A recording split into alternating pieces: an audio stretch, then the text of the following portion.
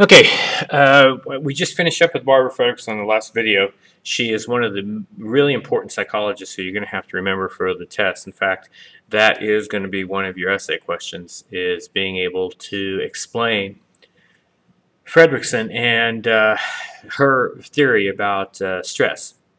So really make sure that you go back over that video a couple times to get down her arousal theory and the inverted hypothesis theory and to be able to understand and explain those a little bit. So review back over that. The second person who you're going to have to know for your other essay, this is Hans Selye, and that's what we're going to get into next here.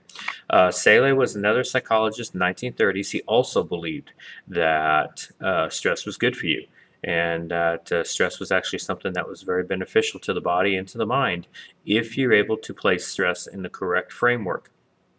How Selye came about with his theory and how he developed his whole concept of stress. In fact, Selye, as you can see here on the slide, became known as the father of stress. Now, how this happened was by mere coincidence. He was a research assistant at McGill University, where his job was to test the rats there at the university for psychological and for physical stressors. And so he was conducting these studies. Well, he didn't really like the rats very much, and he would a lot of times antagonize them and harass them. And he would put a great amount of stress upon these rats, not intentionally, in that he was doing this as part of the experiment. He just didn't like them. So his clumsy research actually led to help his discovery of stress. He noticed that the rats were dying quicker than what they should be as a normal rat. They were getting sicker, they were losing weight, they were having all kinds of health problems and psychological problems, and the fact that they were shaking all the time and they would do anything they could to get away from him. So he began to take their blood and began to analyze the chemicals inside their body. And what Selye discovered is that when they're under stress, these rats were secreting high amounts of hormones, high amounts of certain chemicals in the body like adrenaline and norepinephrine, and also dealing with catecholamines and a lot of other different types of chemicals that, as they were flooding through their bloodstream, it was actually causing a lot of ill effects to these rats in many different ways. And so Selye was fascinated with this, and as he conducted more and more studies, he discovered the concept of what basically stress can do to your body then. From this, Selye came up with this theory. Now, when Selye was doing his research, again, he believed that stress was good.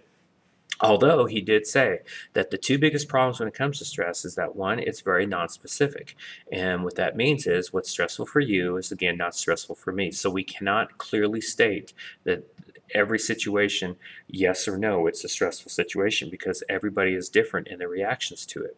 So that's one problem. The second problem that Selye talks about, and this is the key, is he says that we have the inability to flip off our stress hormone switch. So when we begin to get under stress, and we all have those days, if you really sit and think about it, you can come up with a lot of different examples in your mind of days that you've had these stresses. And when you are having stress, you begin to notice the fact that you can't shut the thing down. That stress all of a sudden continues with you. It gets you worked up. You get, if it's anger, you get all these adrenalines flowing through you. Next thing you know, you're clenched your fists, you're clenching your teeth, you're snapping off on somebody, you're yelling, you're screaming, you're hitting, you're throwing things, whatever. And even after you've had your temper tantrum, or whatever you're doing to show the behavior of your aggression or your anger there, it still stays with you. And next thing you know, it's easier the next time during that day when something goes wrong, when normally it's a very small thing that's probably insignificant, like that your pen doesn't work, that you throw the thing across the room and it breaks, or it ends up, hitting somebody, and you wouldn't do that in normal cases. That's because we can't flip our stress switch off. Once those hormones are flowing through our bodies, they do damage. So that's the two biggest things that Selye was trying to get across, was the fact that by not being able to do this, it can cause neurological damage, it can cause all kinds of problems for our bodies, for our brains. However, if we can learn to control our stress and manipulate it into a positive, not a negative, then we can be able to have good stress, which is actually beneficial to the body. So how do you do this? Well, Selye says that basically how you get through this physiological response is what he calls the general adaptation syndrome model, which basically is where when you begin to feel that you are getting your body under stress and you're beginning to feel some of the effects of that, an alarm will go off. Now that alarm is going off in your brain.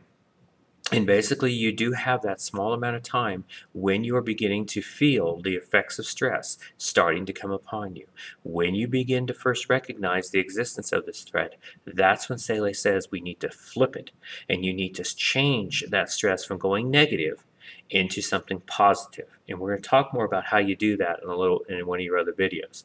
The second thing he says is once your body does go into stress mode and you're beginning to try to get away from the effects of stress, that is when you get into what's called resistance. That is when the body has to begin to muster resources in order to combat the stress, to challenge it, to take it on. And the problem there is eventually as these chemicals are flooding through our bloodstream, and again, we can't slow those chemicals down, we can't stop the output of those chemicals, they're just going.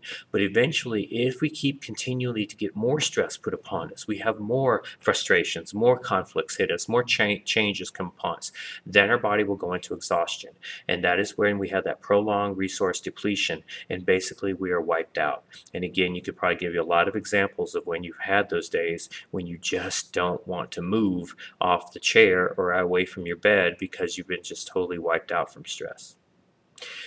The other thing about stress here, now this is not dealing with Sele anymore, but this is also dealing with the factors of stress, is being able to distinguish what is stressful and what is not stressful. Because again, even though we can't specifically say what is and is not stress because it's not specific, what we can do is we can begin to look at some of the things that definitely we should not be as stressed out about as what we are.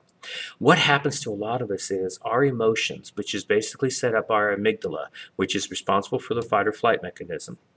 As we're very emotional state, if some of us are like that, then basically our emotions are constantly flipping on and flipping that stress mechanism on, and it's causing us all kinds of problems then. The problem is we get emotionally built up over things that we probably shouldn't even worry about. This is called the dread factor. It's a higher level of more stress we create when it's not real and when it's not needed. For example, there was a study done, and this was back in the 1970s, after, of course, the movie Jaws came out, and there was a study conducted in which people were asked what would be the worst way to die and that you're afraid to die by. And in Kansas, it was really fascinating because after the movie Jaws and people went to see it, a lot of people in the study from Kansas were terrified of dying of being eaten by a shark. Now, the chance of that is extremely slim to none. Now, of course, you could say, yeah, you go on vacation, you go to the ocean, yeah, okay, it happened. But the fact of the matter is the chances of that is extremely slim to none. And yet there were people who were panicking about this, who were stressed out about this. And that's what the dread factor is all about. It's when we have those fears, those stresses, those anxieties that we shouldn't be even worried about, yet we do. And we build up these things because the emotions inside of us causes us to build these kinds of stresses up then.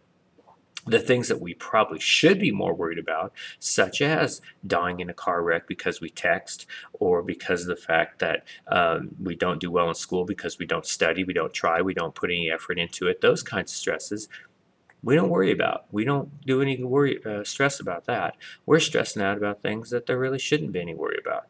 And that's what's causing us all kinds of ill health effects then. Okay, that's going to conclude this next video, and the next one we're going to get into then is going to be talking about some more about these chemicals and getting into then the negatives about what happens to us when we get into the bad effects of stress.